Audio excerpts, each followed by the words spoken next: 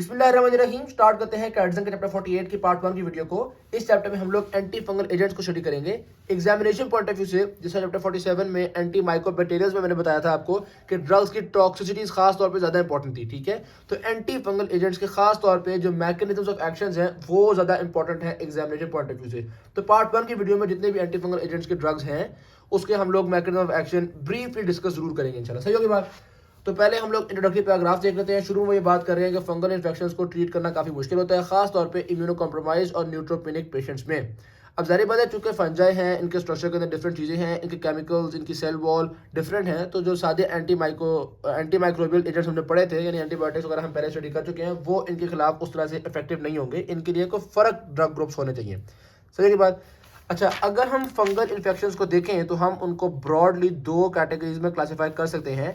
एक वो जो कि ब्लड के अंदर चली जाती हैं तो उनको हम कहते हैं सिस्टेमिक इन्फेक्शंस, ठीक है। दूसरी वो जो ब्लड के अंदर नहीं, सरफेस के ऊपर रहती हैं। तो फंजाई की कई इन्फेक्शन सरफेस के ऊपर, स्किन के ऊपर, नेल्स को डैमेज कर रही हैं। मुंह यानी ओरल कैविटी जो है उसके अंदर आपको पता है कनाडा की इन्फेक्शन हो जाती हैं, वजाइनल कैनाडियासिस हो जाता है। तो इस तरह के प्रॉब्लम भी होते हैं। तो उनको आप कह सकते हो टॉपिकल या डर्माटोलॉजिक प्रॉब्लम्स कह सकते हो। चलो टॉपिकल कह जाते हैं। सही की बात। तो आप सिस्टेमिक हो गए और टॉपिकल हो गए। अब वैसे तो एंटी फंगल में काफ़ी सारे ड्रग ग्रुप्स हैं, आप देख सकते हो एजोल्स हैं, पोलीइंस, टर्बिनाफिन, इकानोकैंडेंस। तो ये काफ़ी सारे ड्रग ग्रुप्स हैं जो हम एक एक करके इंशाल्लाह सबको स्टडी करेंगे।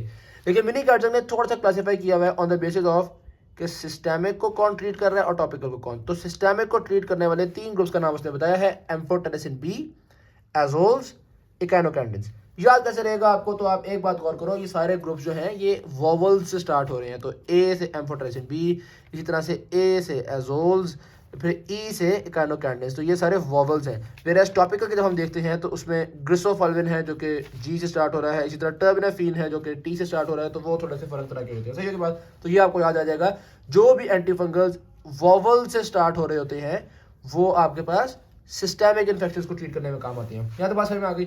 अच्छा, अब हम थोड़ा ब्रॉडली मैकेनिज्म ऑफ एक्शन को समझेंगे इस पार्ट की वीडियो में, ताकि एक बेसिक ओवरव्यू हमारा बन जाए। तो ये जनाब एक फंजाई का स्ट्रक्चर है। थोड़ी से कुछ चीज़ें जो इसकी डिफरेंट है वो क्या है। एक तो इसके पास बड़ी तगड़ी किस्म की सेल वॉल है जो मैंने यहाँ पे ब्लू कलर की ड्रॉ कर दी है, ठीक है। और इसकी जो सेल वॉल है उसके अंदर एक ख़ास कॉम्पोनेंट है जिसका नाम है बीटा ग्लूकैन। सही हो गया। इसकी सेल वॉल का कॉम्पोनेंट हो गया बीटा ग्लूकैन। एक ये बात समझ में आ गई। दूसरा एक अहम फ़र्क ये है कि आपको पता है कि जो ह्यूमन की सेल मेम्ब्रेन होती है, इस तरह करके आप वो पढ़ते हो ना, बायलिपिड मेम्ब्रेन, ये हो गया आपके पास फॉस्फोलिपिड, ठीक। और इन फॉस्फोलिपिड्स के दौरान इस तरह हम पढ़ते थे कोलेस्ट्रॉल भी फंसी हुई होती थी, ठीक है। तो ये आपकी मेम्ब्रेन के अंदर कोलेस्ट्रॉल भी फंसी होती है। तो जो फ्लूइडिटी मेंटेन कर रही होती है मेम्ब्रेन की, और इस तरह एक्सट्रीम्स ऑफ टेम्परेचर मेम्ब्रेन को स्टेबल रख रही होती है। तो ये खैर फिजियोलॉजी में फर्स्ट ईयर में हम लोगों ने बातें स्टडी की थी। तो भाईजान जो फंजाई है उसके अंदर ज़रा एक मॉडिफाइड फॉर्म है, एक फ़र्क चीज़ है, उसमें कोलेस्ट्रॉल नहीं होती, बल्कि उसकी ये जो ब्लैक कलर की हमने सेल मेम्ब्रेन ड्रॉ की है, तो फंजाई की सेल मेम्ब्रेन के अंदर होती है एर्गोस्टेरॉल, ठीक हो की बात। और जैसे ही हमें कोई चीज़ डिफरेंट मिलती है तो हम कहते हैं वाह जी वाह, ऐसा ड्रग बनाओ जो एर्गोस्टेरॉल को टारगेट करे, क्योंकि एर्गोस्टेरॉल ह्यूमन सेल्स में तो होता नहीं है, तो ह्यूमन सेल्स को कोई नुकसान नहीं पहुंचेगा और फंजाई की ऐसी की तैसी हो जाएगी। ओके ओके बात। तो अब हम एक एक करके ड्रग ग्रुप्स को स्टडी करते हैं। देखो, सबसे पहले हमने वो ड्रग ग्रुप्स देखे जो कि सेल वॉल को ही डैमेज कर दें, ये बीटा ग्लूकैन्स के ऊपर लगें और किसी तरीके से सेल वॉल को डैमेज कर दें। इन ड्रग ग्रुप्स का नाम है इकाइनोकैंडेंस। सही के बाद इकाइनोकैंडेंस जो होते हैं ये सेल वॉल का बेड़ा गर्क कर देते हैं, सेल वॉल को तोड़ के। तो इनका मैकेनिज्म ऑफ एक्शन है कि फंजाई को डिस्ट्रॉय करते हैं, फंजिसिडल होते हैं। फिर वो ड्रग्स आते हैं जो कि सेल मेम्ब्रेन पे एक्ट कर रहे हैं। ये काफ़ी सारे ड्रग्स हैं। नंबर एक आते हैं एजोल्स, ठीक है। अभी हमने पढ़े हैं एजोल्स। ये क्या करते हैं, एजोल्स को समझने से पहले हमें समझना पड़ेगा कि ये जो एर्गोस्टेरॉल है ये बना कैसे है बेसिकली। तो एर्गोस्टेरॉल को सिंथेसाइज करने के लिए ये प्रोसेस है आपके पास। स्क्वालिन से बनता है स्क्वालिन एपॉक्साइड, स्क्वालिन एपॉक्साइड से बनता है लेनोस्टेरॉल, और फिर फाइनल स्टेप होता है लेनोस्टेरॉल से एर्गोस्टेरॉल का बनना। ये सीक्वेंस अगर आपको इतने अच्छे से नाम याद हो तो खैर है। याद आपने क्या करना है, स्क्वालिन से स्क्वालिन एपॉक्साइड वाले स्टेप को इनहिबिट करता है एक ड्रग जिसका नाम है टर्बिनाफिन, ठीक होगी बात। तो टर्बिनाफिन अब इस स्टेप को इनहिबिट करेगा, इसका मतलब है एर्गोस्टेरॉल सिंथेसिस को इनहिबिट कर रहा है, इसका मतलब है सेल मेम्ब्रेन को खराब करेगा, ठीक है। तो टर्बिनाफिन सेल मेम्ब्रेन को ख़राब करता है। ये बात भी समझ में आ गई। उसके अलावा देखा जाए तो लैनोस्टेरोल से जो एर्गोस्टेरोल वाला स्टेप है, इस स्टेप को इनहिबिट करते हैं एजोल्स। तो ये तो आपको एजोल मैंने पहले यहाँ पे लिख दिया, याद करना काफ़ी आसान हो जाएगा। यानी कि टेर्बेनेफ्रीन और एजोल्स ये दोनों ही एर्गोस्टेरोल सिंथेसिस को डायरेक्टली इनहिबिट कर रहे हैं। ओके बाद तो ये भी यानी दोनों सेल मेम्ब्रेन के दुश्मन है। और एक और ड्रग ग्रुप है जो कि इस सेल मेम्ब्रेन का ही दुश्मन है, लेकिन वो ये करता है कि एर्गोस्टेरोल पे अटैच होके तो सेल मेम्ब्रेन के अंदर पोर्स बना देता है, सुराख कर देता है, होल्स कर देता है। इन होल्स की वजह से इंटेग्रिटी भी खराब हो जाती है और बेचारे के अंदर न्यूट्रिएंट्स जो है वो बाहर चले गए, बाहर से टॉक्सिक सब्सटेंसेस अंदर आ गए, तो वो ट्रांसपोर्ट और सब्सटेंसेस भी होना शुरू हो जाती है। तो उन होल्स की वजह से फंजाई बेचारा इन्ना लिल्ला हो जाता है। ठीक है, इस ड्रग ग्रुप का नाम है पोलीईन्स। सही होगी बात। वैसे तो इंशाल्लाह हम लोग कोशिश करेंगे कि आगे भी मैकेनिज्म ऑफ एक्शन आसानी से याद रहे, लेकिन अगर आप एक दफ़ा में ये याद करना चाहें कि मेम्ब्रेन के ऊपर कौन कौन एक्ट कर रहे थे, तो उसके लिए नमूने के आपके पास एटीपी। ठीक है, ये एडेनोसिन ट्राइफॉस्फेट नहीं है, ये एजोल्स, टर्बिनोफिन और पोलीईन्स हैं। तो एजोल्स, टर्बिनोफिन और पोलीईन्स ये तीनों ही मेम्ब्रेन के ऊपर एक्ट करते हैं। है तो बात समझ में आ गई।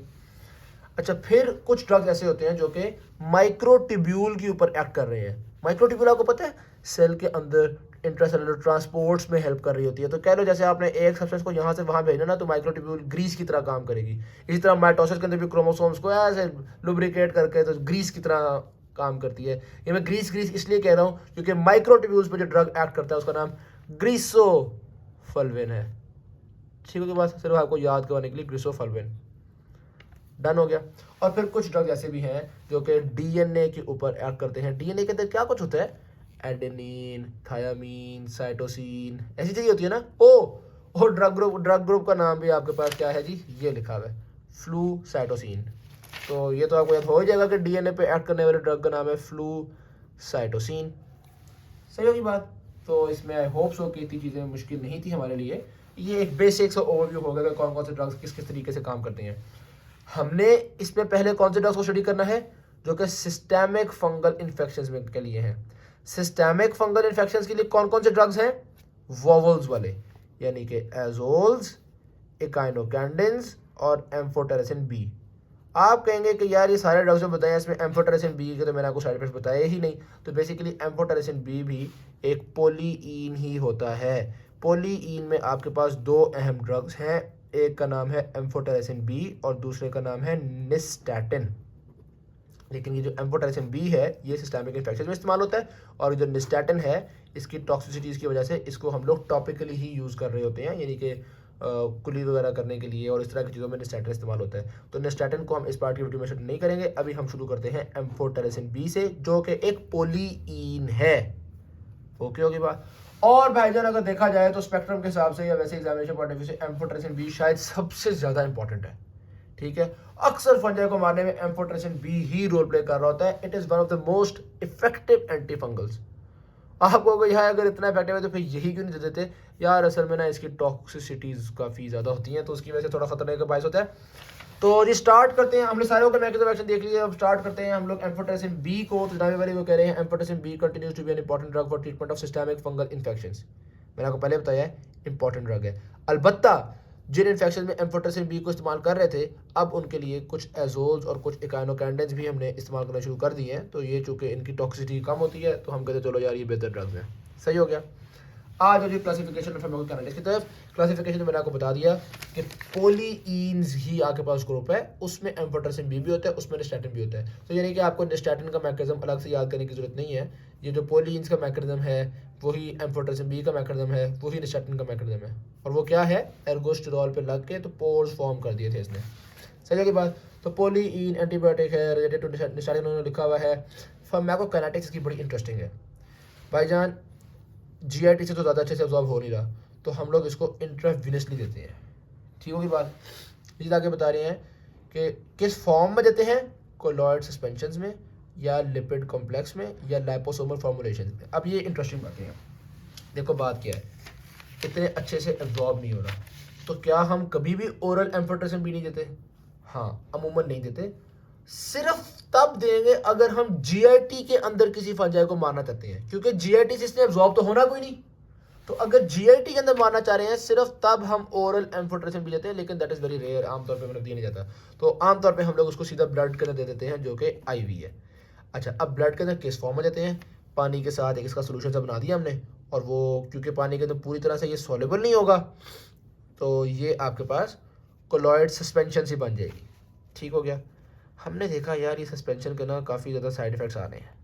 तो अब ये वाली बात, अब यहाँ पर तो उसने सिर्फ एक लफ्ज़ लिख दिया ना कि लाइपोसोमल फॉर्मुलेशन भी यूज़ होती हैं, लेकिन बिग कैप्शन के अंदर जब आप देखते हो तो पूरा उसने एक्सप्लेन किया हुआ है लाइपोसोमल एम्फोटेरेसिन बी को। तो इसमें बेसिकली एम्फोटेरेसिन बी को लिपिड्स के साथ पैक कर देता है, लिपिड पैक ड्रग्स बना दिया जाता है, ताकि ये एम्फोटेरेसिन बी मेमेलियन मेम्ब्रेन को ज़्यादा डैमेज ना करे। देखो, attach to mammalian membranes less readily, ठीक है, ताकि हम ज़्यादा डोज, इफेक्टिव डोज दे सकें लोअर टॉक्सिसिटी के साथ। तो इसके टॉक्सिसिटीज़ को प्रिवेंट करने के लिए बेसिकली हमने लाइपोसोमल फॉर्मुलेशंस यूज़ करना शुरू की हैं, लाइपोसोमल फॉर्मुलेशंस बनाना शुरू की हैं।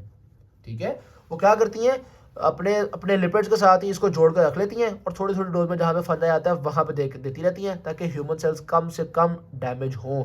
तो वो जो non specific binding to human cells थी उसको हम लोगों ने रिड्यूस कर लिया है और कहा है कि भाई तुम स्पेसिफिकली फंजा पे लगा करो, ये जो तुम बिला वजह आवारा फिरती हो ना, ऐसा ना किया करो। तो हम उसको लाइपोसोमल एम्फोटेरेसिन बी की फॉर्म में देते हैं। लाइपोसोमल कौन कौन से ड्रग्स आ रहे हैं मार्केट में, वो उन्होंने बताया कि 3 फॉर्म में, एम्बिसोम, एम्फोटेक और एबेलसेट।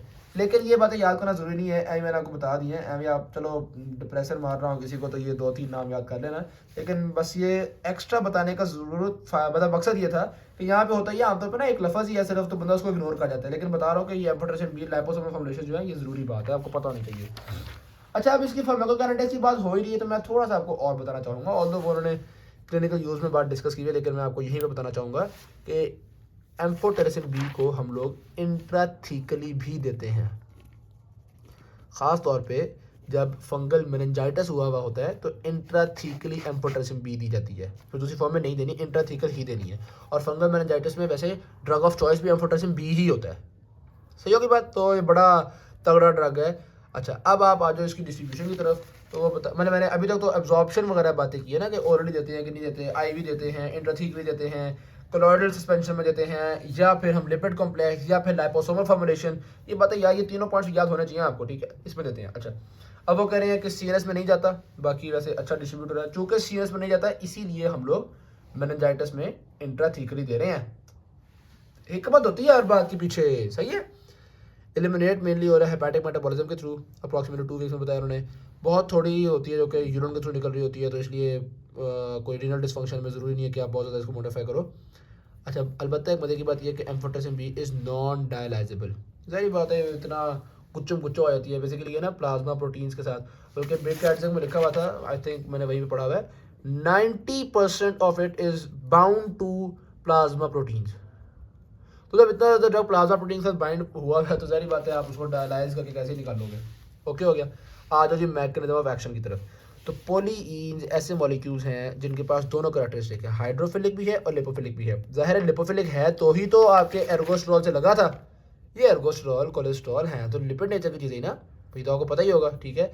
तो ये भाईजान दोनों इसके अंदर प्रॉपर्टीज होती हैं, लिपोफिलिक भी और हाइड्रोफिलिक भी, और ये उस प्रॉपर्टी की वजह से लग गया और ये फंगल मेम्ब्रेन के अंदर होल्स बना देगा। ये लिखा उन्होंने आर्टिफिशियल पोर्स फॉर्म कर देगा, और जारी बात है आर्टिफिशियल पोर्स के फॉर्मेशन से मामला ख़राब हो जाएगा। अब अगर फंजा ने इसके अगेंस्ट रेजिस्टेंस डेवलप करनी है तो फंजा कहता है यार ये एर्गोस्ट्रॉल पे आके लगता है, इसका मतलब है एर्गोस्ट्रॉल से ये मुझे पहचान रहा है। तो वो क्या करता है, डिक्रीज लेवल ऑफ एर्गोस्ट्रॉल बनाना शुरू कर देता है, या फिर एर्गोस्ट्रॉल के स्ट्रक्चर में कुछ चेंजेस लाना शुरू कर देता है कि ये जो एम्फोटेरेसिन बी है ये एर्गोस्ट्रॉल को पहचान ही ना सके, या एर्गोस्ट्रॉल की तादाद ही कम हो जाए, या एर्गोस्ट्रॉल हो भी तो उसको पहचान ना सके। तो इस तरीके से रेजिस्टेंस डेवलप करता है फंजाई अगेंस्ट एम्फोटेरेसिन बी। सही की बात। बाकी इसका फंजी से एक्शन होता है, यानी कि मार धाड़ मार देता है, फंजी स्टैटिक नहीं है, फंजी सिडल है। ओके हो गया जी।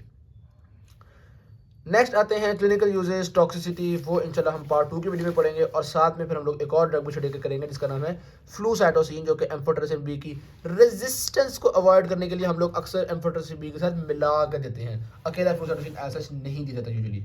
थैंक यू भाई, वीडियो अच्छी लगी शेयर जरूर कीजिएगा, चैनल को सब्सक्राइब कीजिएगा। अल्लाह हाफिज़।